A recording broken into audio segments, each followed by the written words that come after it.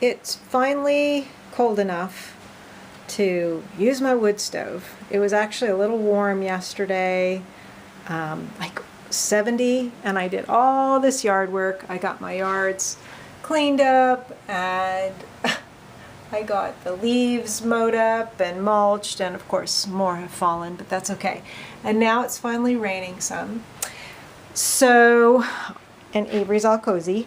So I'm working on some more of my encaustic dipped prints on Goyu paper. And here's a couple that I've done so far. And I got more of the shadow box frames. So three of what I'm working on today will go in the shadow box frames, and the other three I'm getting prepared for my like little open studio. I'm trying to get this so you're not seeing all that reflection on there, but anyway, that's sunset over the San Francisco Bay. So I am going to show you something in a minute, a little tool that I've come to use for doing these, but I wanted to show some of the cards that I finished up the other day while I was doing my darkroom monitoring. So these are the little cards that I have attached with either thread, well, gold thread or red thread. So this is one of the ones with the red. And so they end up being, in my mind, not just cards, but little pieces of artwork.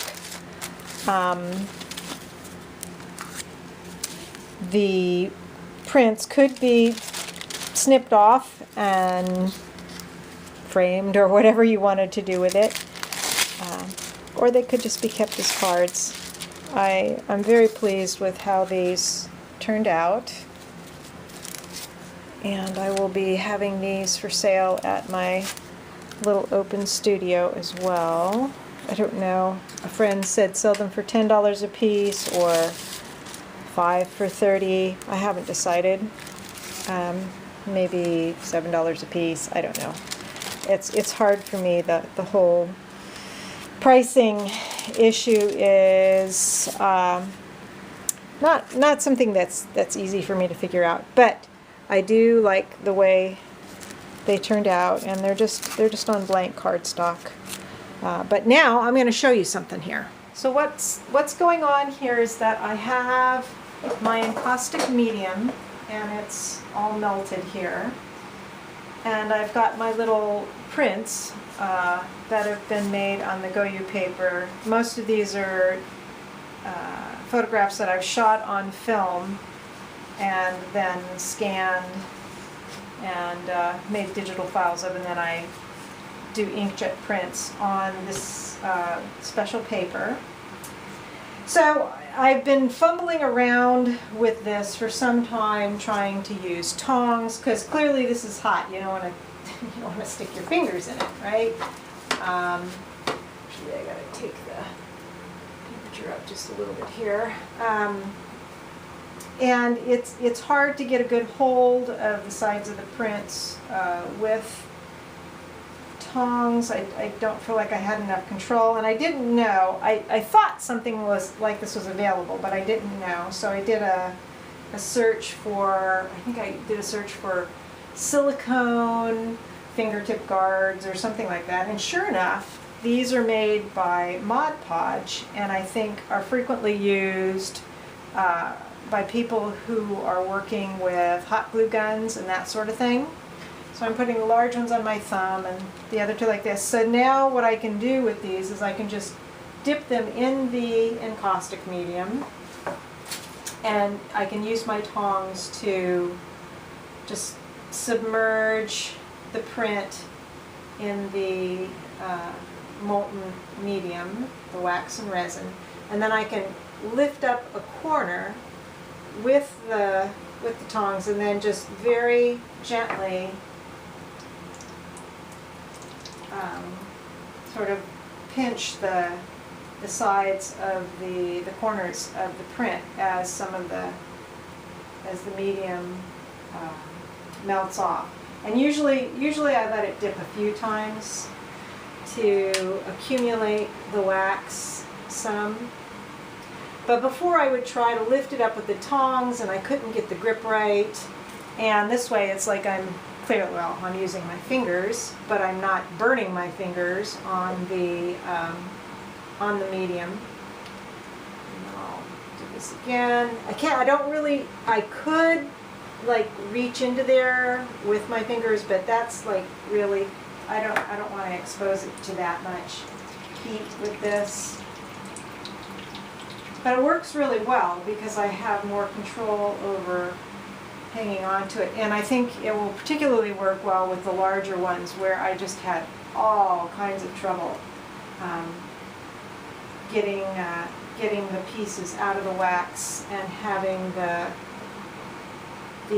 medium drain the way I wanted it to. So this gives me a little bit more control, which I had a feeling these things existed, but I don't know why I didn't look for them for the longest time. And I try not to hold on too long. I don't want to accumulate or make the edges too weird because it sticks a little bit. But also this will be easy to clean off later on.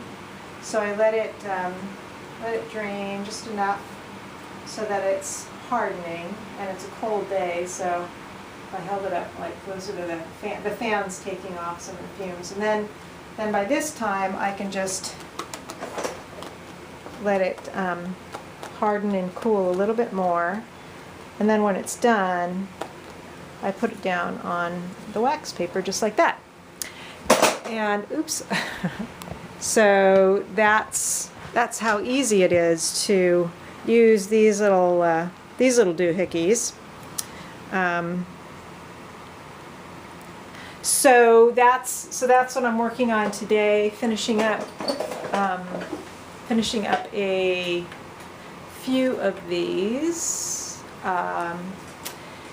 and then I'm going to have a friend come in on Saturday, and we're going to do some stuff, and then I'm going to get ready to have some people over and just show my artwork, because I'm not with a gallery or anything like that, and also see if anybody wants to purchase any of my completed work that's on the boards. Because I've kind of gone from using the boards to doing the pieces this way, because for some reason this is just really pleasing me and I don't have to worry about the adhesive, which I had been having some problems. Well, I don't know. I say that, but I've got more pieces that are fine than developed air pockets and sort of lifted off the base.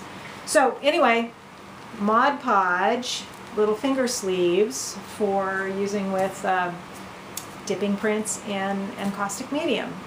All right, bye.